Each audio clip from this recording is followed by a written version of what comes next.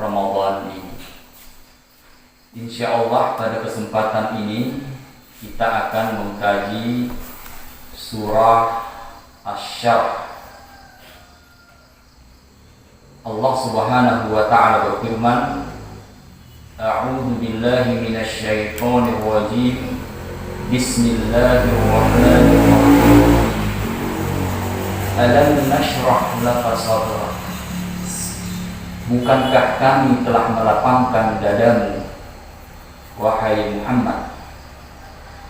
Wa wada'na 'anka wizrak. Dan kami pun telah menurunkan beban alladzi anqadha zahrak, yang memberatkan punggung.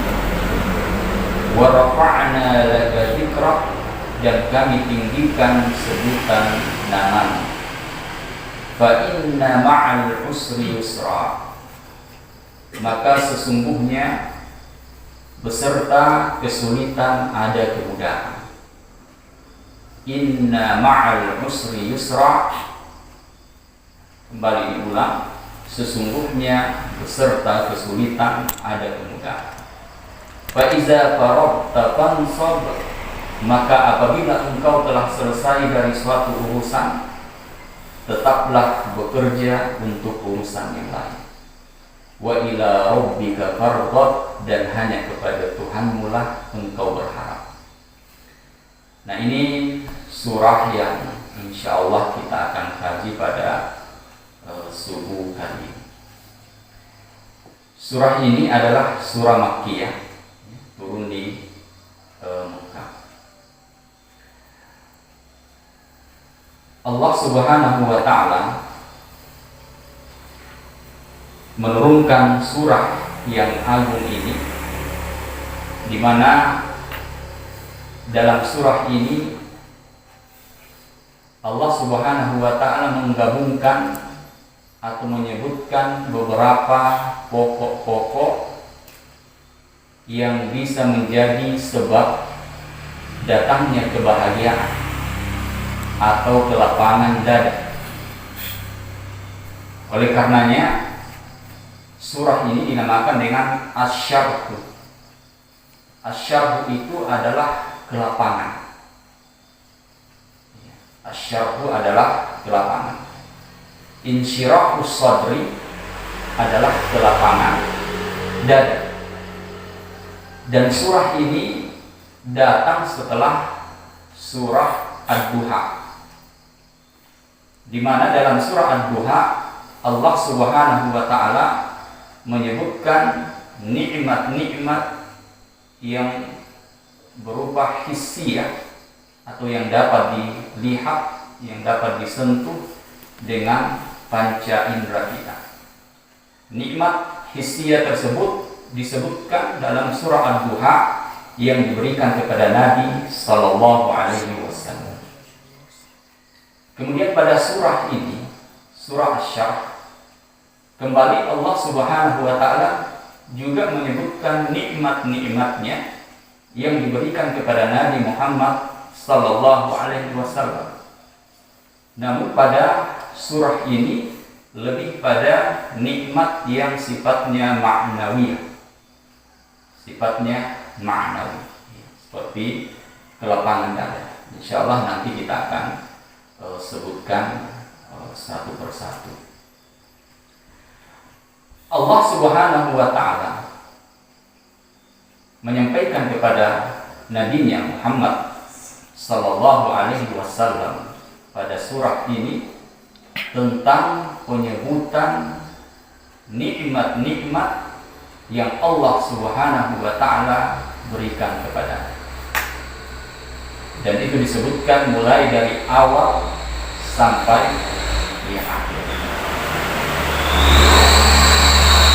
Sebelum kita menyebutkan beberapa usul lis-sa'adah atau pokok-pokok kebahagiaan, pokok-pokok yang bisa melapangkan dada, maka terlebih dahulu kita mengkaji secara singkat penafsiran dari ayat ini. Yang pertama, alam nashrah laka sadrak. Bukankah kami, kata Allah, telah melapangkan dada. Dilapangkan dadanya, di antara maknanya kata Syekh Abdurrahman As-Sa'di rahimahullahu ta'ala adalah Allah subhanahu wa ta'ala memberikan syariat agama Islam, di mana ketika seseorang memeluk atau menerapkan syariat agama Allah subhanahu wa ta'ala dengan sebaik-baiknya, maka mereka akan mendapatkan kelapangan dada. Wa da'watu ila Allah, dan juga Allah subhanahu wa ta'ala sampaikan atau perintahkan untuk berdakwah di jalan Allah. Dakwah di jalan Allah itu adalah kebahagiaan. Makanya kita lihat ada beberapa dai yang rela untuk mendatangi pelosok-pelosok karena mereka merasakan kebahagiaan. Wal ittisaqu bi makarimil akhlaq, juga Allah Subhanahu wa taala di antara makna Allah melapangkan dadanya, Allah Subhanahu wa taala memberikan kepada Nabi Muhammad sallallahu alaihi wasallam akhlak yang mulia. Akhlak yang mulia, bimakarimil akhlak. Sekaligus inilah yang menjadi misi utama beliau diutus oleh Allah.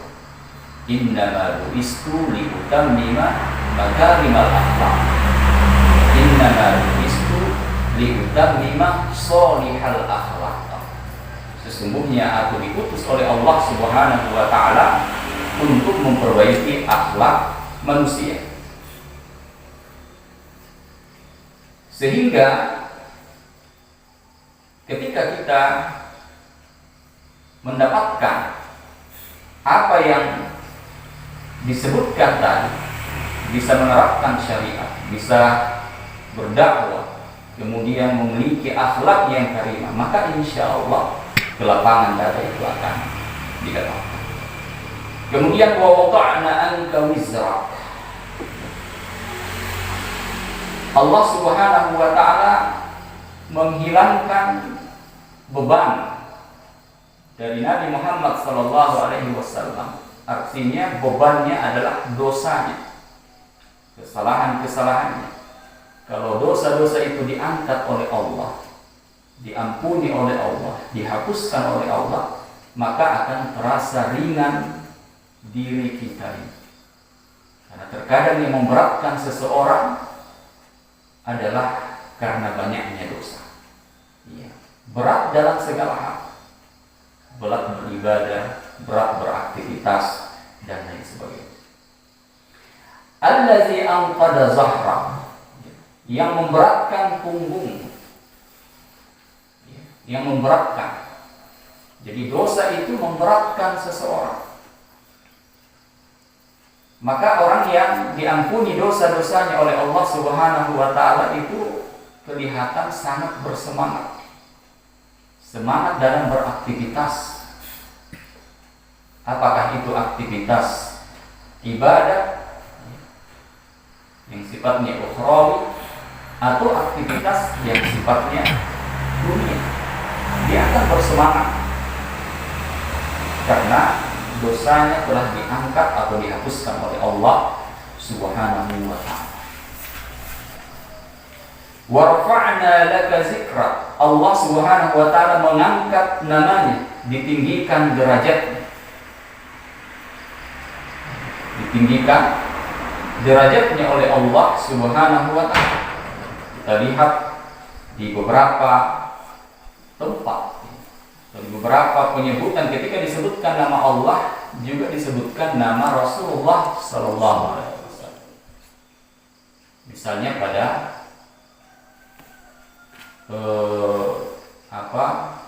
tentang masuknya seseorang ke dalam Islam. masuknya seseorang ke dalam Islam syaratnya adalah mengucapkan dua kalimat syahadat. Di situ disebutkan Nabi Muhammad ini adalah diangkat. Kemudian pada saat azan, ketika muazzin azan juga disebutkan asyhadu anna Muhammadar Rasulullah. Dalam iqamah, dalam tasyahhud, pada saat khatib berkhutbah dan sebagainya. Maka ini pula lah yang menjadi alasan, ya, di antara alasan ada buku yang berjudul 100 tokoh yang paling berpengaruh di dunia sepanjang sejarah. Dan Nabi Muhammad SAW ditempatkan di nomor 1. Di antara alasannya karena satu-satunya tokoh yang dari dulu hingga sekarang bahkan seterusnya yang selalu disebut namanya oleh pengikut-pengikutnya. Ya, pada saat azan, pada saat tasyahhud dan sebagainya. Satu-satunya kok, ya, tidak ada yang lain yang seperti itu. Jadi Nabi Muhammad SAW itu disebut terus namanya. Ya, inilah makna wa rafa'na laka dzikra. Allah Subhanahu wa taala mengangkat namanya. Kemudian fa inna ma'al usri yusra, maka sesungguhnya beserta al-usri kesulitan ada kemudahan. Yusra. Tentu ini adalah semacam bisyarat atau berita gembira bagi siapapun. Berita gembira bahwa ketika ada kesulitan, maka kita yakin di balik kesulitan itu ada kemudahan. Ada kemudahan yang menyertai. Sampai para ulama mengatakan hatta law dakhala al-usru juhra lubbin la dakhala alaihi al-yusru.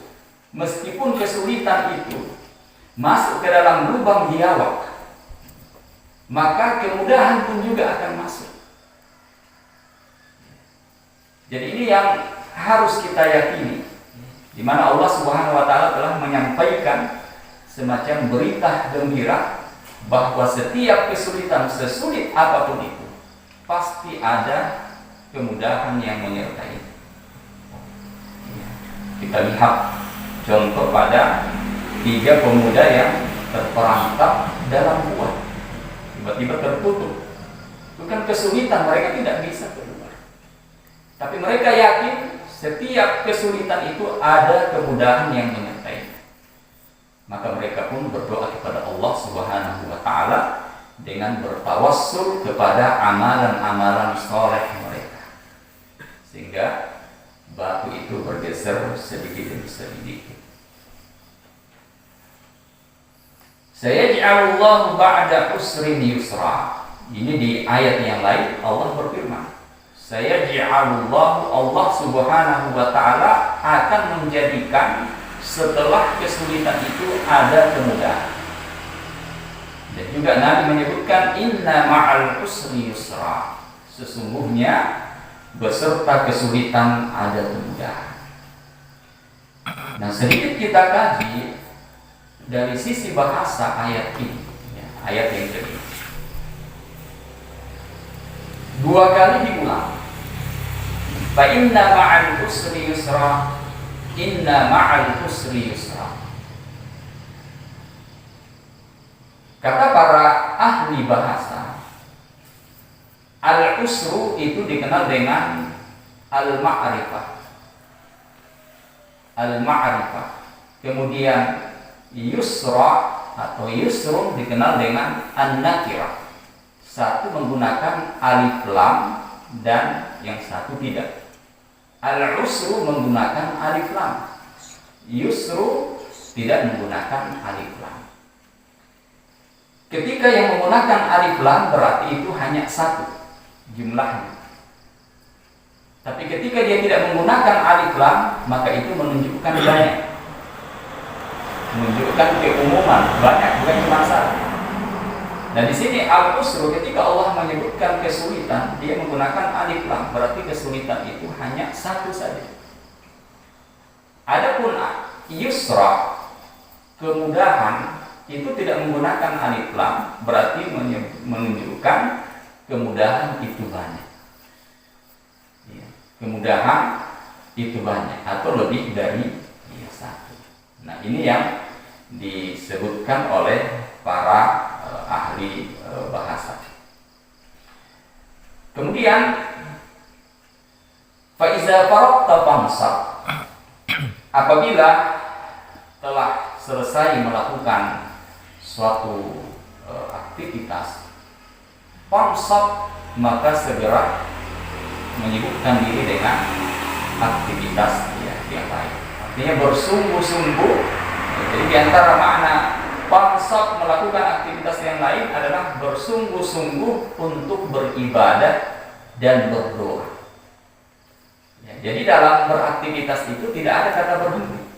Dalilnya ini, fa iza faraqta fansab. Selesai melakukan suatu aktivitas, berpindah ke aktivitas yang lain. Dan ini juga berlaku pada aktivitas dunia kita.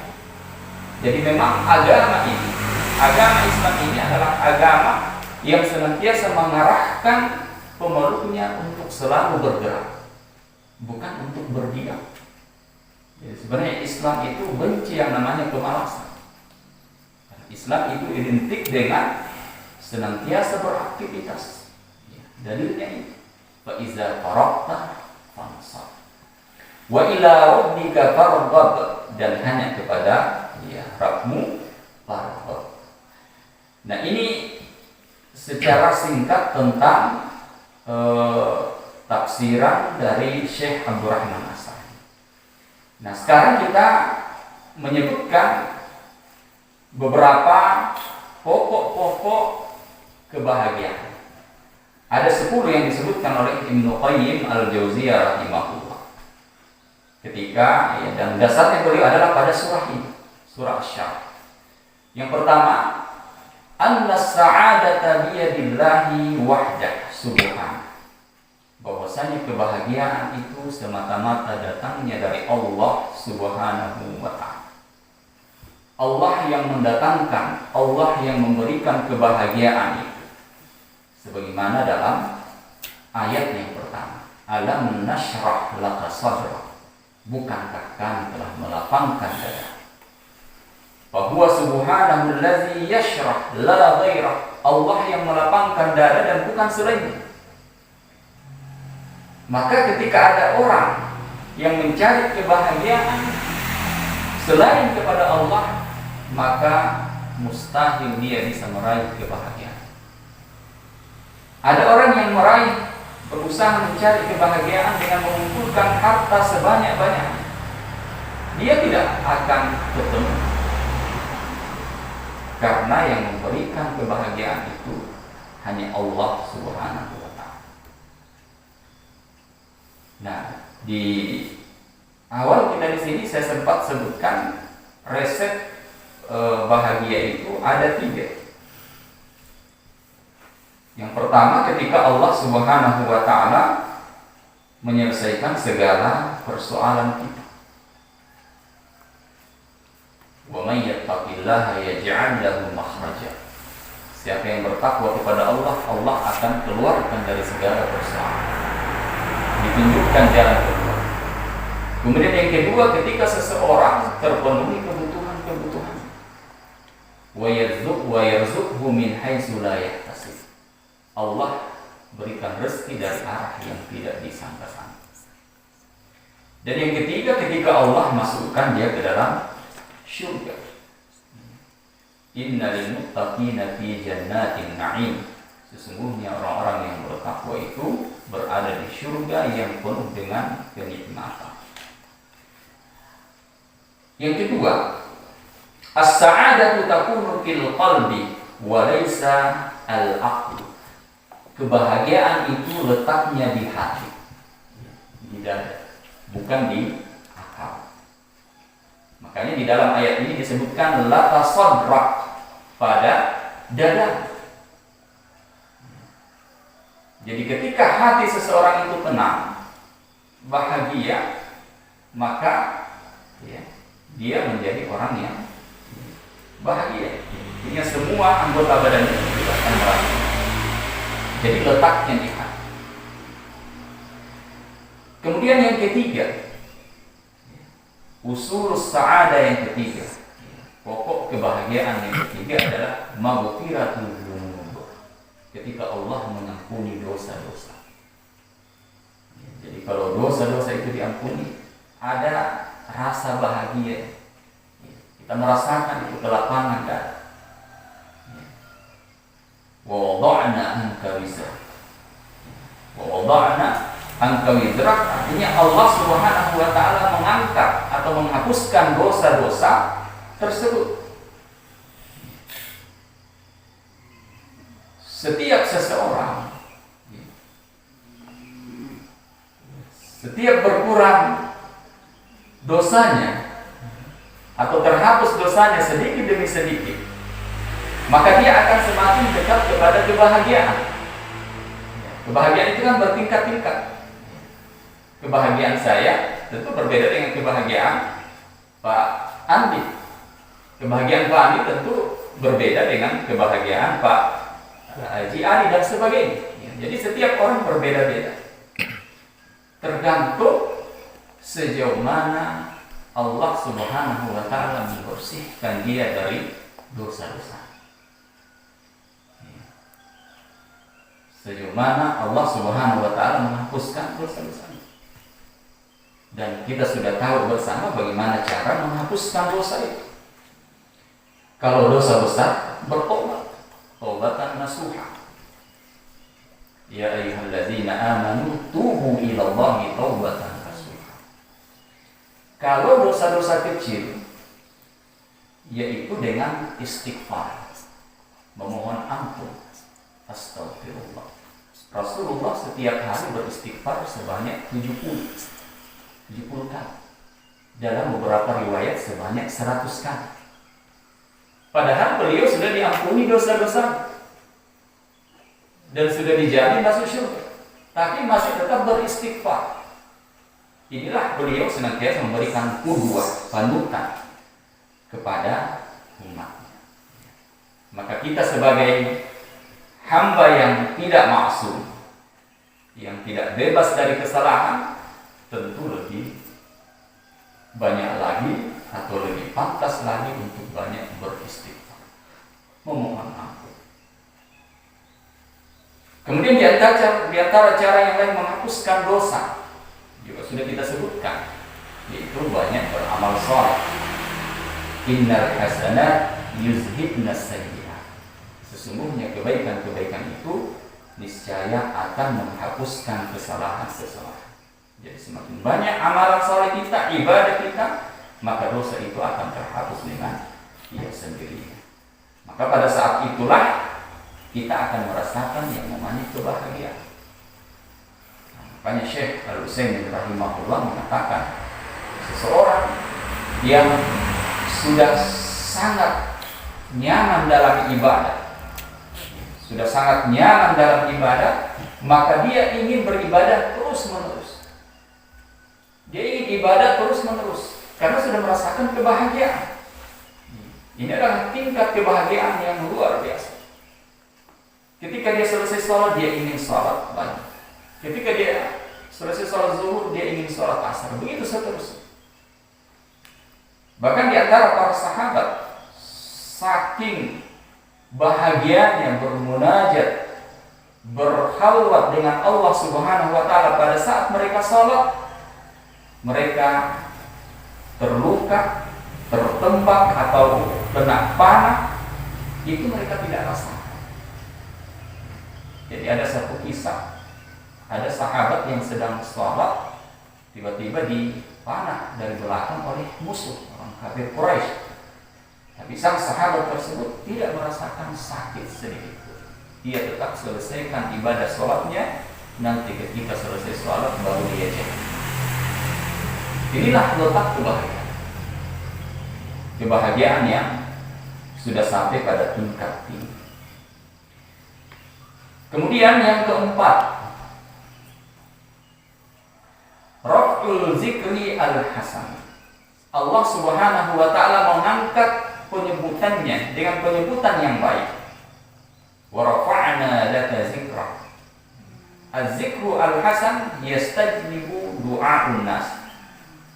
Jadi di antara az-zikrul hasan, penyebutan yang baik, ketika orang senantiasa disebut-sebut oleh manusia, yang disebut adalah kebaikan. Yang disebut-sebut adalah kebaikan. Jadi ketika seseorang itu banyak melakukan kebaikan, maka insya Allah dia akan dikenal kebaikan-kebaikan. Nah, ini tentu yang terbaik. Jangan sampai yang dikenal justru kejelekan. Nah, ini tidak bagus. Nah, ketika orang itu disebut-sebut kebaikannya, berarti itu tanda bahwa Allah mengangkat derajat. Allah mengangkat derajat. Adapun masa-masa lalunya itu tidak disebutkan, dihapuskan, dihilangkan. Dan Allah Subhanahu wa taala itu menghilangkan semua itu. Ya, makanya dalam salah satu hadis disebutkan kullu ummati mu'afan. Semua umatku itu diampuni kecuali yang terang-terang. Siapa yang terang-terangan?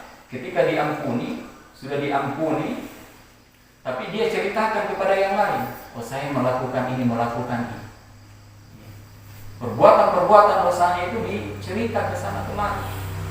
Maka itulah yang disebutkan dalam hadis ini tidak diampuni.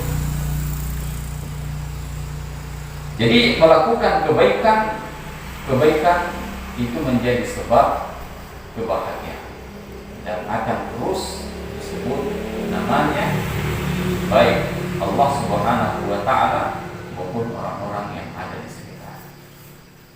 Kemudian yang kelima, ma khalaqallahu usran bila yusrin. Pokok kebahagiaan yang kelima, Allah Subhanahu wa taala tidak menciptakan kesulitan tanpa disertai dengan kemudahan. Itu pasti ada kesulitan, ada kemudahan. Itu sudah sunnatullah, itu sudah ketetapan Allah.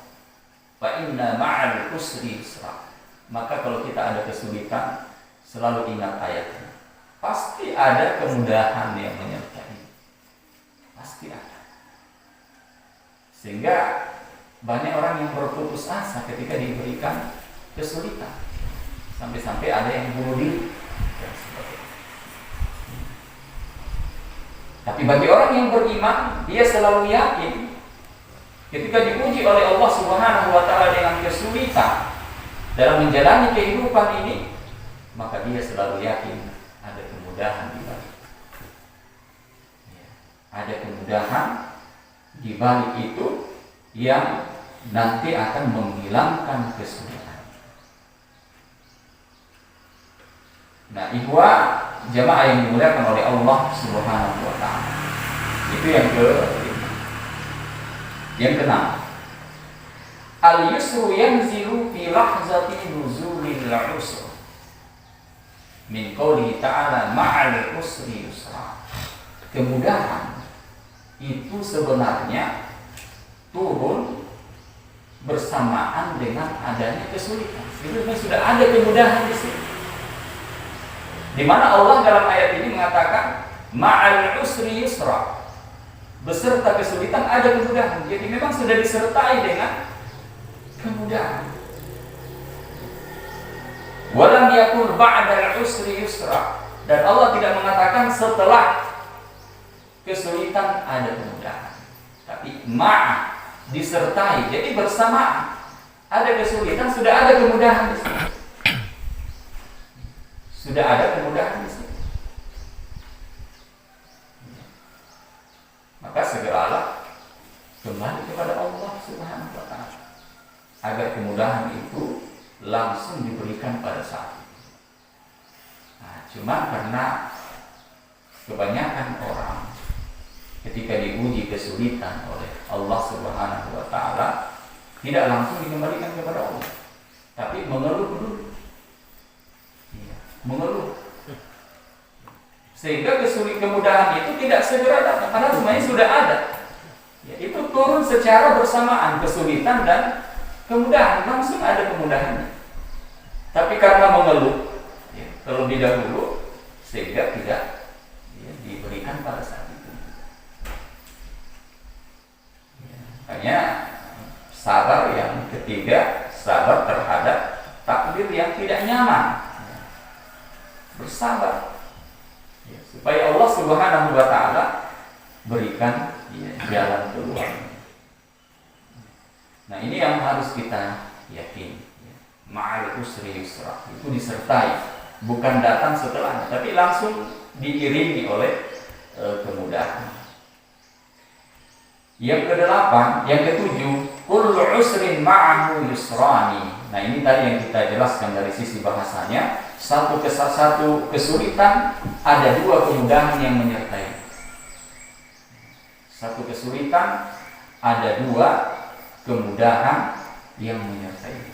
Nah, ini adalah bentuk kasih sayang Allah Subhanahu wa Ta'ala kepada hamba-hamba. Allah berikan kita satu kesulitan, dan sebenarnya itu adalah ujian. Ya, itu ujian kehidupan. Namun ketika Allah berikan satu kesulitan, Allah sertakan dua kemudahan. Ini luar biasa. Dua kemudahan. Yang ke-8, istismarul faraq min usulis sa'adah. Istismarul faraq min usulis sa'adah. Memanfaatkan waktu kosong dengan sebaik-baiknya itu adalah bagian dari kebahagiaan. Bagian dari kebahagiaan. Fa iza faraqta fansab. Apabila telah selesai melakukan suatu urusan, fansab, maka segera lakukan aktivitas yang lain. Yang ke-9, al-ibadah. Ya, jadi usul atau pokok sumber kebahagiaan yang ke-9 disebutkan oleh Imam Ibnu Qayyim adalah al-ibadah, yaitu diambil dari firman Allah fansab. Fansab, artinya segera melakukan aktivitas yang lain. Ketika selesai melakukan aktivitas yang lain, segera melakukan aktivitas berikutnya. Dan tadi ditafsirkan oleh Syekh Abdurrahman As-Sa'di, aktivitas selanjutnya adalah al-ibadah wal doa, atau ketaatan wal ibadah. Inilah pintu kebahagiaan yang paling besar.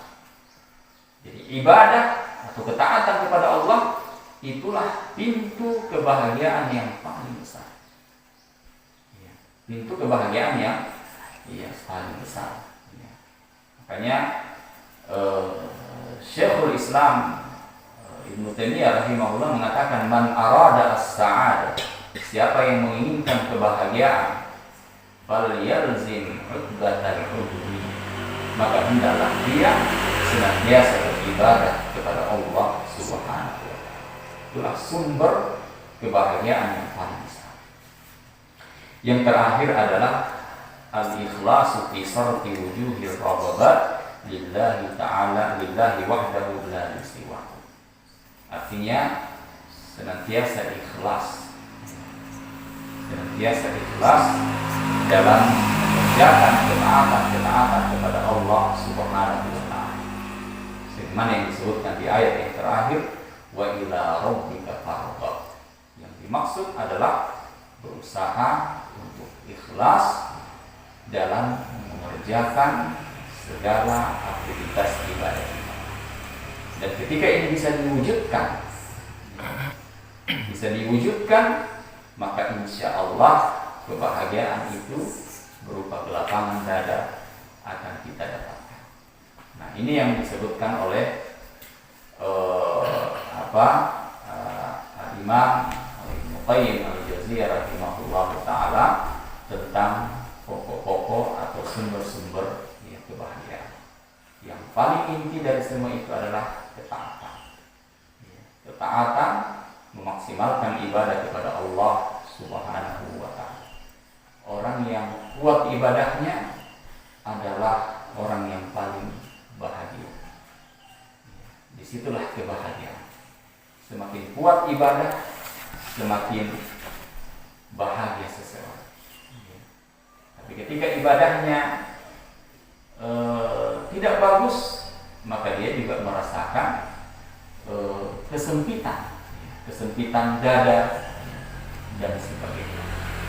Nah, ini yang bisa kita sampaikan, penafsiran dari ayat ini sekaligus beberapa pelajaran-pelajaran tentang pokok-pokok kebaikan. Masih ada waktu, kalau ada yang ingin bertanya, saya persilahkan. Ya, silakan. Apakah ada tanda-tanda atau ciri seseorang itu diampuni dosanya? Iya, baik. Iya. Jadi ciri orang itu diampuni dosanya kita bisa lihat dari sisi aktivitas ibadah. Ya. Karena sebagaimana yang disebutkan di dalam ayat ini, yang memberatkan seseorang beribadah ketika ada dosanya. Makanya Allah mengatakan, wa wada'na anka wizra. Dan kami pun menurunkan beban. Apa bebannya? Allazi anqadha zahra, yang memberatkan punggungnya, yaitu dosa. Sehingga ketika dosa itu dihilangkan oleh Allah Subhanahu wa taala, maka insya Allah dia akan bersemangat untuk beribadah. Itu yang bisa kita lihat secara zahir, tandanya. Kita bisa lihat di luar, ini orang kok tiba-tiba rajin, berarti dia sudah bertobat dan tobatnya diampuni oleh Allah. Kemudian yang tidak kelihatan itu kita bisa melihat sendiri, kita bisa tahu diri kita. Kita merasa ada keringanan pada diri kita. Kita merasa ada keringanan, karena terkadang kita tiba-tiba semangat untuk beraktivitas, dalam hal ini beribadah. Berarti tanda bahwa Allah Subhanahu wa taala menghapuskan itu, kesalahan. Tapi kalau masih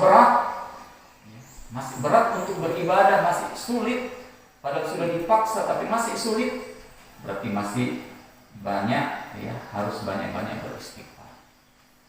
Kalau ada dosa-dosa besar, harus taubatan nasuha. Karena kalau dosa besar ini bahaya kalau tidak diampuni di dunia ini. Ancamannya sangat besar, apalagi kalau terkait dengan kesyirikan, pembunuhan dan sebagainya. Jadi seperti itu. Jadi itu akan kelihatan ada semangat pada diri itu. Kita merasakan an-nasyat, semacam semangat untuk beraktivitas, semangat untuk beribadah. Dan orang melihat aktivitas ibadah kita. Ini alamat yang baik. Allah Subhanahu wa taala hilangkan bebannya berupa dosa-dosa sehingga dia sudah rajin untuk beribadah. Allah Subhanahu wa taala Maha Pengampun. Bisa saja dosa kita diampuni oleh Allah karena doa orang lain.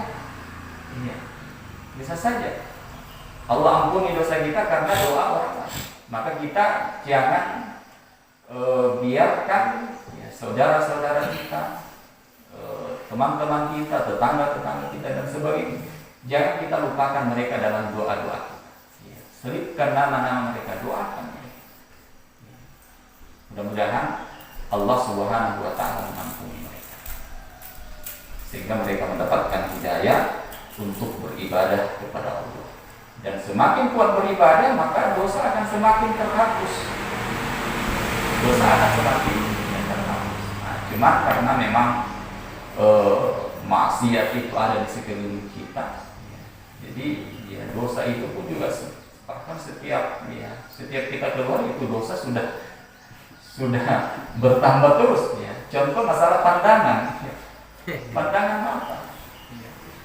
Kan ayat Al-Quran dan hadis-hadis memerintahkan untuk fadlul basar, tundukkan pandangan dan jangan melihat kepada yang diharamkan.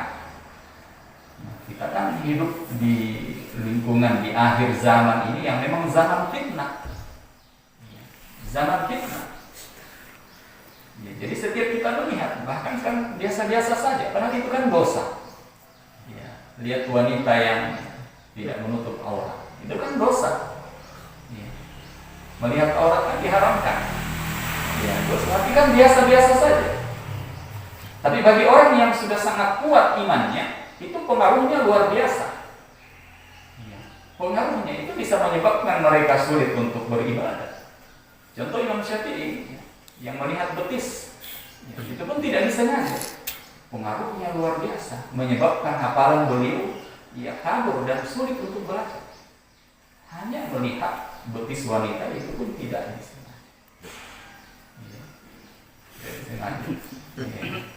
Jadi memang berat memang. Bukan itu dia lokanya. Iya, belum lagi pendengaran. Ya. Ya, jadi ini memang harus dijaga semua. Ya, belum lagi tangan, lisan, ucapan-ucapan lisan yang tidak terkontrol. Jadi terkadang dosa semua itu. Nah, sementara ibadah-ibadah yang kita lakukan, atau sebagian orang ibadahnya hanya sebatas 5 waktu saja. Jadi harus juga kita memperbanyak ketaatan-ketaatan supaya menghapuskan semua itu. Sehingga keimanan semakin kuat dan ya, kita pun berusaha menghindari apa-apa yang dilarang oleh Allah Subhanahu wa taala. Allahu a'lam. Ada lagi? Jadi memang kita di zaman fitnah memang.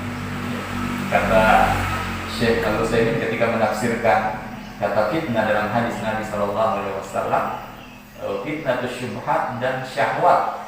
Jadi fitnah yang ada sekarang ini adalah fitnah syubhat dan syahwat. Itu fitnahnya. Kalau fitnah syubhat, seseorang terjatuh dalam fitnah syubhat disebabkan karena tidak adanya ilmu pengetahuan.